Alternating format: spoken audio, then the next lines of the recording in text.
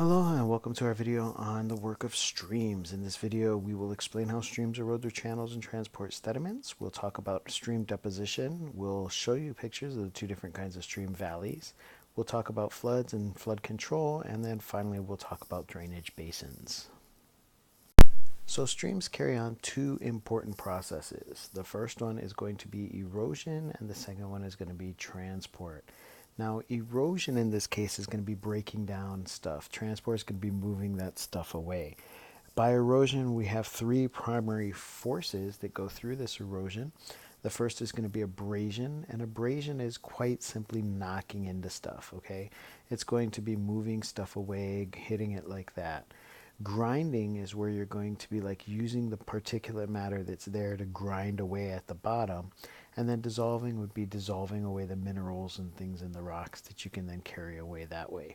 As we transport, we have three different kinds. We'll have in solution, which is a dissolve load. Okay, we can see that one's kind of related here. We can have suspension, which is going to be that stuff that's carried in the water. So if you look at a muddy stream, the dirt that's being carried away that makes it kind of muddy, that's all in suspension. And then finally we have scooting or rolling along the bottom, and that's what we call the bed load, and that would just be the rocks that are tumbling along the bottom of the stream as it goes. Now, when we're talking about this, what we notice is there's two different kinds of things. We'll talk about competence, which is how large the particle can be. So the faster it's moving, the more force it has, the larger the particles that it can pick up and carry away in suspension. We also have capacity, which is how much it can actually carry. And that is also going to be determined by how fast it's going. Now, opposite to this carrying away stuff, we also have it putting it down, and that's what we call deposition. With deposition, we have a couple different things. The first we have is this alluvium, which we see, which is sorted materials, and it's sorted by size. As it's carrying away, when a stream slows down, the larger, heavier things are going to fall out of it first. So what we notice is if you take a look here in this canyon and they're showing this alluvium, and it's actually going to be kind of an alluvial fan, you'll notice that the larger boulders are going to be here, and as we travel away where it would slow down, you'll see that we see the smaller and smaller bits of materials being deposited. So alluvium is when it's sorted out by size. Now, as a stream deposits into an ocean or a lake, we're going to see a buildup of this alluvium here, and that's what's going to form a delta. So a lot of times what you'll see is if we have a river that's flowing down and it's hitting into the ocean, near the ocean, you can kind of see that it starts to triangular out like this. And that triangular shape goes back to the Greek letter delta, which capital is a triangle. But this is caused by this buildup of alluvium, and that'll split this river into several small little exitaries, not tributaries, but exitaries that will allow it to flow out to the ocean that way. And on the sides of this stream, what we'll see is a natural levees that are formed. And that's going to be when it flows a little bit faster because of flooding. You're going to see an accumulation of deposits on the banks that are going to go naturally this way. So we have natural levees, which are going to be the results of flooding, but then man will also build levees to kind of control these when they do start to flood. And we'll talk about that in the next slide. Now, the age of a stream or a river is going to determine the shape of its valley. If it's a younger stream and it's just cutting down to base level from the mountains, we're going to see that it forms this V-shaped valley.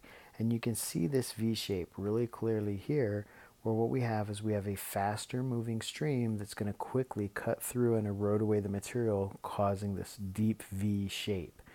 As it gets closer to base level, we take away the gradient. It's going to move a little bit slower, and it's going to accumulate from the sides a little bit more, so its load's going to be a little bit larger. And what we end up with is a U-shaped valley, which we see kind of here.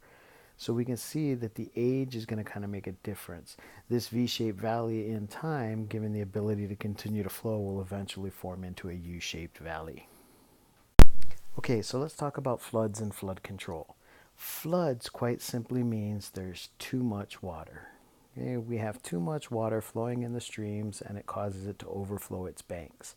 The causes for this naturally would be either heavy rains or rapid snowmelt. Both of those are natural ways to get more water into the stream beds and more than it can hold, so it causes it to overflow its banks, and that's how we get a flood. We can also see flooding as a result of development. If we start changing the streams, if we start rerouting the streams, if we start paving the lands over it, we're changing the natural part of the water cycle there. And what it's causing is you'll either have too much water running over the surface if it's paved into these banks or into these streams, and that'll cause them to flood. Or sometimes we'll change the bank and make it a channel instead. We'll make it lined with concrete, and then it can only hold a finite amount. So if we do that and then we get this additional runoff, that's how we can form flooding as well. Now, there's ways that we can talk about flood control. And flood control, quite simply, the way we deal with it is naturally you would have these levees. So if we have a stream and it's prone to flooding, then it's going to deposit sediment along its banks. And that's going to create kind of like an upper level bank. So the water, if it overflows, it'll hit those natural levees. If those aren't there, non-existent or not large enough, sometimes we'll create artificial levees, which means we'll go in and we'll build these artificial banks next to the stream. We can also create flood control dams. So upstream we can build a dam with a large reservoir behind it. So if we have a lot of water flowing in, it'll collect here in the reservoir and we can control the rate of flow flowing from it. And then also we could limit development. Instead of building a bunch of parking lots and paved roads and things next to the streams, we could leave it a little more natural, and that would allow water to go into the groundwater as opposed to surface water.